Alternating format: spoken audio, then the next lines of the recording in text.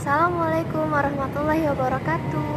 Halo teman-teman, kenalin aku Fani dari Prodi Pendidikan Kimia.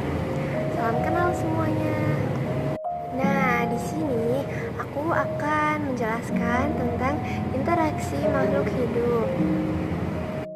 Sebelumnya, kalian itu tahu nggak sih apa itu interaksi makhluk hidup? Nah, perlu kita ketahui, setiap makhluk hidup yang ada di dalam ekosistem itu berinteraksi satu dengan yang lainnya. Interaksi antar makhluk hidup yang terjadi di dalam ekosistem itu berguna untuk kestabilan ekosistem tersebut. Jika interaksi antara makhluk hidup tidak berjalan dengan baik dan seimbang, akan ada ketimpangan yang terjadi pada ekosistem tersebut. Dan itu tidak baik untuk ekosistemnya, juga untuk makhluk hidup yang lainnya. Interaksi dalam sebuah ekosistem digolongkan menjadi 5, di mana semuanya memiliki perannya masing-masing.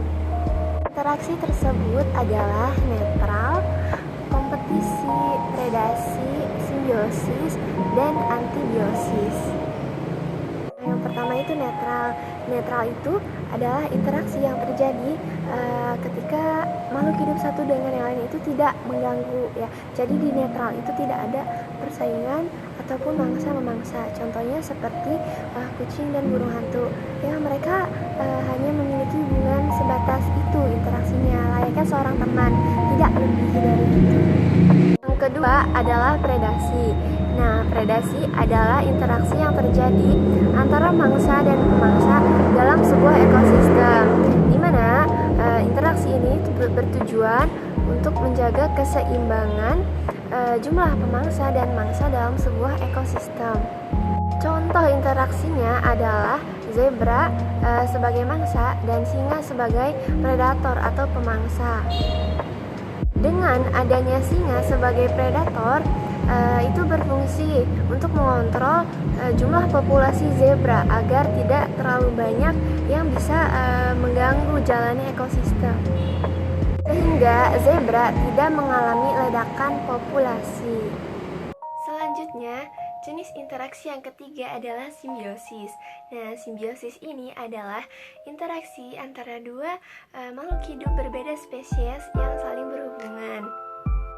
Hubungan ini terdapat 3 macam interaksi. Yang pertama itu ada simbiosis mutualisme, kemudian simbiosis komensalisme, dan yang terakhir ada simbiosis parasitisme.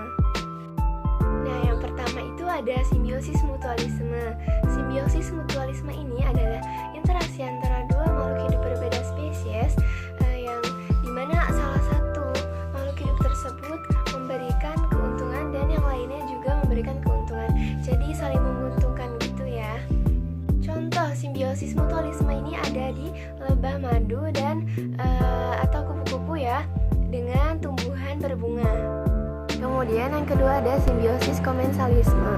Dalam interaksi ini satu organisme itu tidak diuntungkan maupun dirugikan, sedangkan organisme yang lainnya itu diuntungkan. Contohnya adalah anemon laut dan ikan badut. Ikan badut tinggal di sela-sela anemon untuk mendapatkan perlindungan dari predator laut, sedangkan anemon laut tidak diuntungkan maupun dirugikan dengan perlakuan ikan badut tersebut. Yang terakhir ada simbiosis parasitisme. Nah, simbiosis ini salah satu makhluk hidup itu mendapatkan keuntungan dan yang lainnya itu mendapatkan kerugian. Contohnya adalah tumbuhan tali putri. Kemudian interaksi yang keempat adalah antibiosis.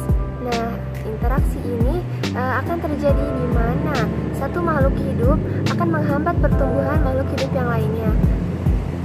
Contohnya adalah jamur penicillium. Jamur ini menghambat pertumbuhan beberapa jenis bakteri lainnya. Jamur ini digunakan oleh manusia sebagai obat nama penisilin. Kemudian yang terakhir ada kompetisi. Nah, kompetisi adalah interaksi antara dua jenis makhluk hidup yang saling bersaing untuk mendapatkan atau selalu memperebutkan sebuah hal yang sama. Contohnya, kompetisi atau persaingan antara dua kuda nil yang memperebutkan kolam. Nah, interaksi-interaksi tersebut itu sangat mempengaruhi terhadap keseimbangan ekosistem, penjagaan populasi, persebaran, dan ketersediaan hewan dan tumbuhan. Sekian penjelasan dari aku mengenai interaksi makhluk hidup. Terima kasih telah mendengarkan. Wassalamualaikum warahmatullahi wabarakatuh.